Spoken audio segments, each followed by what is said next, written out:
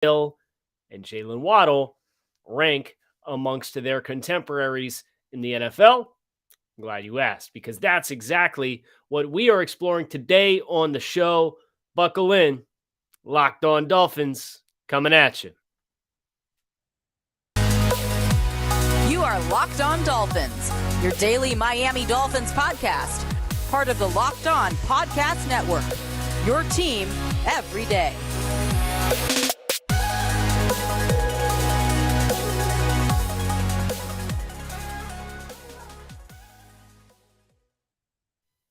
What's going on, Dolphins fans? Kyle Krabs, your host here on Locked On Dolphins, lifelong Miami Dolphins fan, director of scouting at thedraftnetwork.com, and excited for today's show because, if you guys listened earlier this week, we did the quarterback version of this, and where does Tua Tagovailoa rank amongst AFC starting quarterbacks? No, not this time. We're doing wide receivers, and the forecast is looking bright and sunny like a South Florida morning as it pertains to this exercise. We're doing the full league. We're going to be as objective as possible, but maybe with little twinges and touches of homerism as we go. Tiebreaker goes to the home team, which of course is your Miami Dolphins. Want to thank you guys for making Locked On Dolphins your first Miami Dolphins listen of the day. And we're going to get after it. We're going to dive right in. Obviously, this content idea made available because the Dolphins traded for wide receiver Tyreek Hill from the Kansas City Chiefs, a massive addition for this Dolphins team. The losses are Mac Hollins, which is a bummer. Make no mistake, it is a bummer. Will Fuller, Albert Wilson, Isaiah Ford. I mean, these are the players that you're talking about no longer being a part of this room, where your top four currently is Jaylen Waddle, Tyreek Hill, Cedric Wilson, and Devontae Parker. Plus, you're getting Lynn Bowden Jr. back. And depth guy, and they brought back Preston Williams. I don't know what we should expect from Preston. The wide receiver room is in as good of a shape as it has been in quite some time. Which is what's going to make it fun for us to work our way through the entire league. So what we're going to do, I have Reliable, our lads, up in front of me, and we're going to go team by team across the entire league, acknowledge who their top two receivers are, and ask one simple question. Would I rather have this pairing or Tyreek Hill and Jaylen Waddle? Now we get started in Buffalo. We'll start in the AFC East. Stephon Diggs and either Jamison Crowder or Gabe Davis. Take your pick. Which would you rather have? And remember, their production as a passing game could be reflected upon more than just the talent of the wide receivers. It could be reflected upon the offensive line and the quarterback and the coaching staff. So, there will be better offenses whose receiver duo I am not going to take, including this one. I would much rather have Tyreek Hill and Jaylen Waddle than have Stephon Diggs, who's an excellent NFL wide receiver. He's probably a top 8 receiver in the NFL. It's an arbitrary number off the top of my head. I hope I don't get to the end of this and have 14 top 8 wide receivers, because then I did something wrong and my process was bad. But I would very comfortably take the Tyreek Hill, Jaylen Waddle combo. The bad news for the division is that's as hard as it gets. You've got New England with Nelson Aguilar and Kendrick Bourne or Jacoby Myers. Take your pick. I think I'm going to go with Tyreek Hill and Jaylen Waddle. And it's not particularly close. And that is going to be a theme. And the AFC East, obviously, we'll finish with Elijah Moore and Corey Davis. And that's a strong combo. But it's not, and Elijah Moore could develop into a very, very, very impactful receiver in the NFL. We've seen bright flashes, but not enough for me to even consider mildly putting him in that conversation. So the Dolphins wide receiver duo of Jaylen Waddle and Tyreek Hill, comfortably the best in the AFC East. But even as you shift gears through the rest of the AFC landscape, this is where the depth of your entire roster can come into play. Because let's talk about the North, right? Let's start with Cleveland. They just made a big trade. They just acquired Amari Cooper. They acquired Amari Cooper and their second receiver. I'll do you one better. I'll read the rest of the receivers on the roster for the Browns right now. Donovan Peoples-Jones, Jakeem Grant, Jamarcus Bradley, and Anthony Schwartz. They're missing about two starting caliber wide receivers. Now, they got a good tight end room. Props. They got an excellent running game. Of course they do. But the wide receiver it's not close. It's absolutely not close. How about the Baltimore Ravens? Rashad Bateman and Marquise Brown. Exciting young players. 2 former first-round picks spread across 3 seasons. I ain't taking them over Tyreek Hill, and I'm not taking them over Jaylen Waddle. Pittsburgh. Deontay Johnson and Chase Claypool. Another really good young pairing drafted on day 2 in 2019 and 2020. They'll be highly productive. They'll probably be even more productive without Ben Roethlisberger in the lineup. But I'm not taking them over Tyreek Hill and Jaylen Waddle. Cincinnati's interesting because, of course, the connection that exists between Jamar Chase and Jaylen Waddle is one that large-scale media is going to point at and do like the Nelson laugh from The Simpsons, like, ha, ha.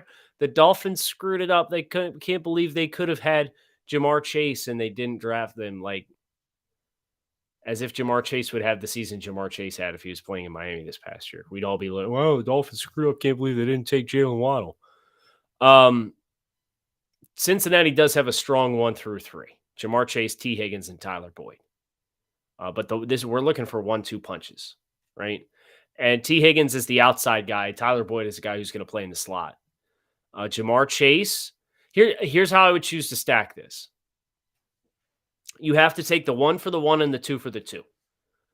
So Miami's 1 is Tyreek Hill. With what they're paying him, what they've invested in him, Miami's number 1 receiver is Tyreek Hill. Cincinnati's is Jamar Chase. Would I rather have Tyreek Hill or Jamar Chase? Jamar had an excellent season, but I'd still absolutely take Tyreek Hill. And then would I rather have Jaylen Waddle or T. Higgins? Well, T was a second-round pick in 2020. He really turned it on in stretches this year. But give me Jaylen Waddle. So I'd rather have, this is one of those tie goes to the home team type situations. I would much rather have Miami's duo because I'd rather have their wide receiver 1 over Cincinnati's wide receiver 1, and I'd rather have their wide receiver 2 over Cincinnati's wide receiver 2. The beat goes on. So far, this exercise has been pretty elementary, pretty straightforward. If you're looking for another straightforward decision in your life, might I recommend some Built Bar? Built Bar is a protein bar. Tastes like a candy bar. These things are high in protein, high in fiber, but low in calories and low in sugar. They have 100% chocolate on all of their bars. Best of all, you can visit Built.com. See the vast array of flavors that they have. They have something for everybody. And then you can get 15% off your next order by visiting Built.com and use promo code LOCKED15. That's Built.com. Promo code LOCKED15 to save 15% off your next order of the world's most delicious protein bar. Thank me later. Indianapolis Colts, Michael Pittman and Paris Campbell. You tell me, would you rather have Tyreek Hill and Jaylen Waddle? Yes, of course you would. Jacksonville Jaguars.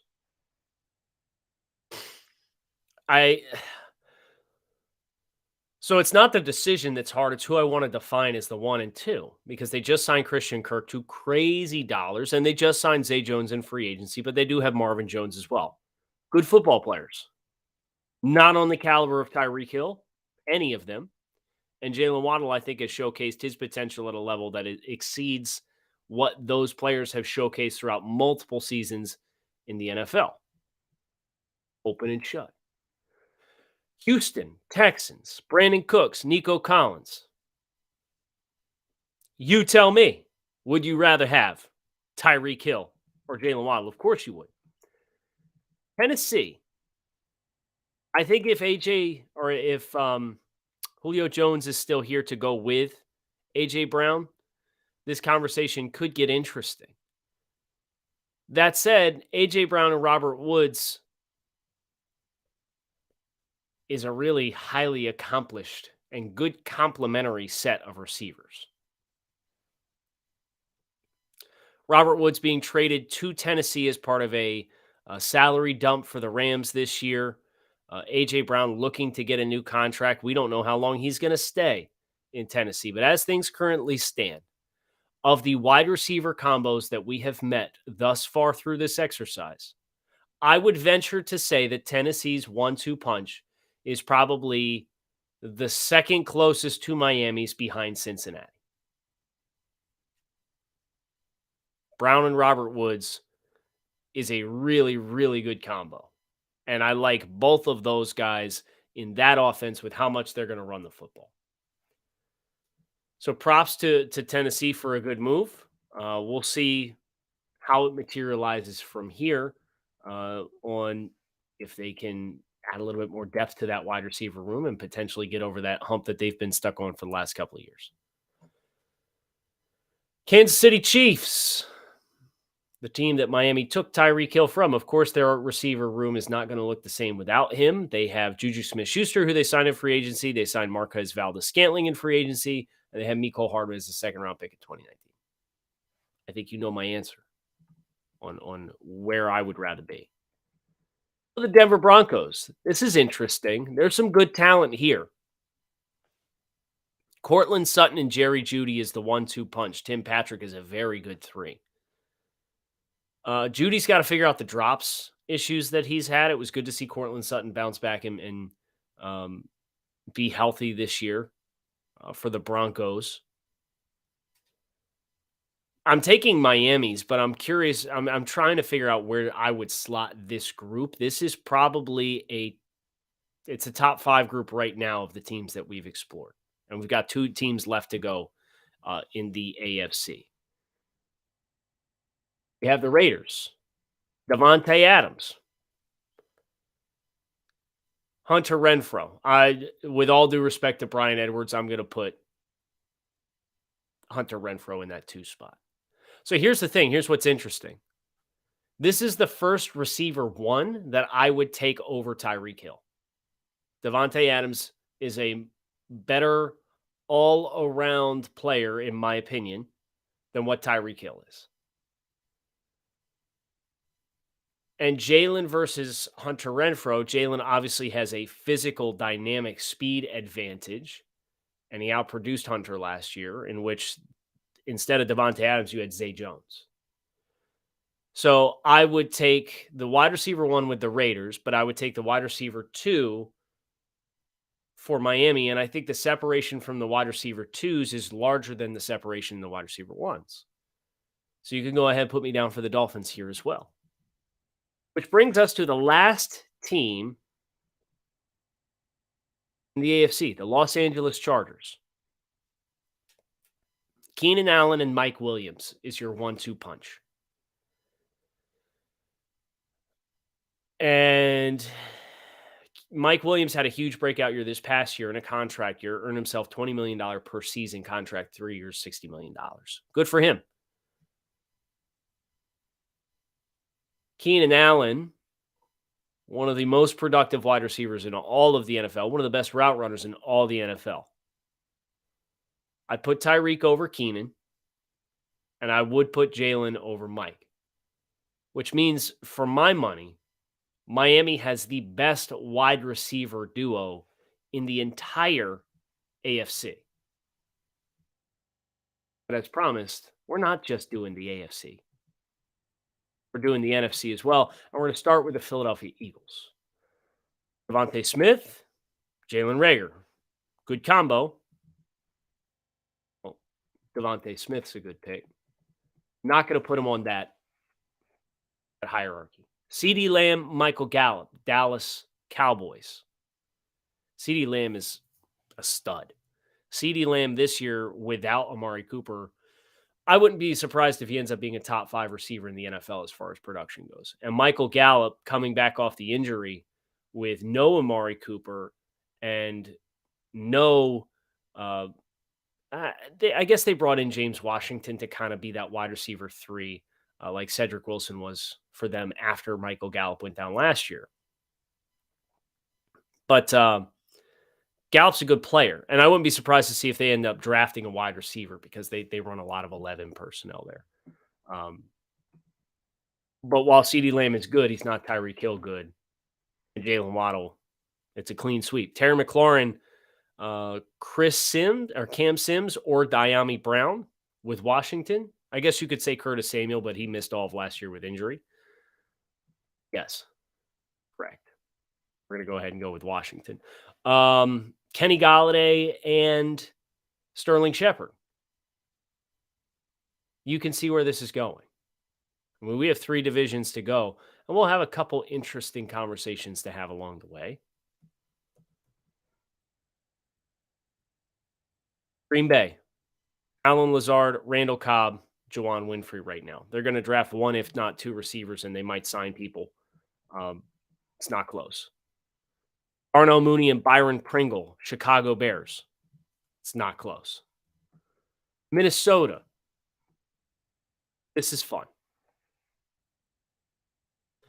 Justin Jefferson and Adam Thielen. And if you'd asked me this question with Adam Thielen from 2 or 3 years ago, I'd probably take Minnesota's group. Justin Jefferson now is a top 5 receiver in the NFL. With how good he runs his routes, how explosive he is, how reliable his hands are, how good he is to catch. Justin Jefferson's the real deal. But Adam Thielen's slowing down. Injuries are now starting to be a thing. And because of that, I can't in good conscience choose that group to roll with here, which leaves us with Miami still sweeping the field. Detroit Lions, Amon-Ra St. Brown and DJ Chark.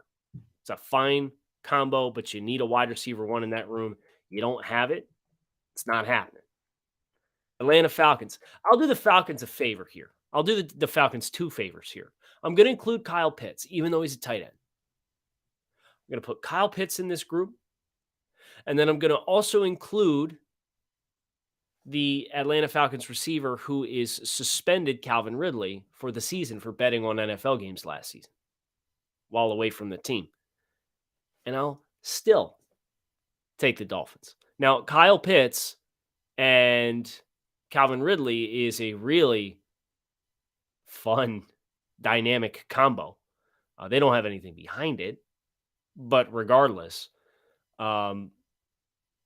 I can certainly see a path for if Calvin Ridley ends up coming back and he does not get traded, which you had requested a trade, you could have an interesting conversation here with Kyle Pitts' ceiling and Calvin Ridley being as good as he was before this past year in which he spent so much time away from the team. But, Tyreek Hill, Jaylen Waddle is still going to take precedence here as we move to Carolina. DJ Moore, Robbie Anderson. I like DJ Moore. I think he gets a bad rap. Robbie Anderson's a nice little player too. And you saw some of his potential, not this year, but last year, as far as creating some explosive plays. This group is good, but they don't have somebody of the Tyreek Hill caliber. And the de facto falling back on, well, they don't have a Tyreek Hill type. There's like 4 or 5 receivers in the NFL that you could put in that light. And that's automatically going to win you all the rest of these matchups. How about Tampa Bay? I think Tampa Bay is an interesting one. You have Mike Evans and Chris Godwin. And I think I might actually take Evans and Godwin, and here's the reason why. The complementary skill sets that exist with high point ability, physicality, Mike Evans' size, how explosive Chris Godwin is. Of course, he's coming back from an injury, So we don't know what that's going to look like. He's playing on the franchise tag, or he was franchise tagged at the start of this offseason again. Highly productive players. The depth of the production, the scoring production is high. I think Evans and Godwin might be the 1-2 punch that I would take, because even in Cincinnati, when we had the conversation about Jamar Chase and T. Higgins, those are both bigger physical guys. Here you've got a tower in Mike Evans, and you've got Chris Godwin, where it's like salt and pepper, peanut butter jelly, right? They just, the combination works so well together. And I look at Miami with Jaylen and Tyreek Hill, and yes, we're going to have an F1 team at wide receiver this year. But both of those guys being the same body type, the same style, I really like the complementary skill set that Tampa Bay has to offer. Now, what's differentiating that from what we did with Atlanta with Kyle Pitts and Calvin Ridley is consistency and production over time. That's how you get into the pantheon of being considered in this light as it perceives to being an NFL wide receiver. RockAuto.com is a family business who's been providing auto parts customers with high-quality service online for the last 20 years. So whether you're shopping for engine control modules, brake parts, taillights, motor oil, or even new carpet for your classic or daily driver, RockAuto.com has everything you need in one easy-to-navigate catalog, and in just a few clicks, you can get everything delivered directly to your front door. Best of all, prices are the same at RockAuto.com for both professionals and do-it-yourselfers, so why would you shop anywhere else and spend up to twice as much for the same parts? So visit RockAuto.com for all your auto parts needs and write Locked On in their How Did You Hear About Us box so they know we sent you. Amazing selection, reliable low prices, and all the parts your car will ever need at RockAuto.com. Currently undergoing one of those brain fart moments where I did Atlanta, I did Tampa, I did Carolina. Who in the heck is the fourth team in the NFC South? This is how you know you've had a long week. New Orleans. Duh, dude. Michael Thomas and Marquez Callaway. Michael Thomas is an interesting conversation because, again, he's a different skill set than Tyreek Hill, but the Saints don't have anything behind him that would challenge Jaylen Waddle. And because of that, we're going to roll into the NFC West. 4 teams to go, with only one team that I think made a compelling argument that I would take over what Miami has to offer. How the times have changed.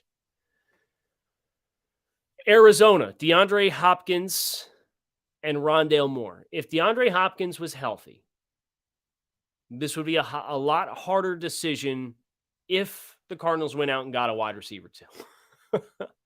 DeAndre Hopkins, when healthy, is one of the 3 best wide receivers in all of football. He can do everything. He runs routes. He's physical. He can win after he does it all. Dominant football player. So we hope to see him back and healthy. But this wide receiver room does not have the top heaviness that's required. San Francisco, Deebo Samuel and Brandon Ayuk. Deebo can do, and no, let's start here. Mike McDaniel did not say, I want to use Tyreek in the Deebo Samuel role.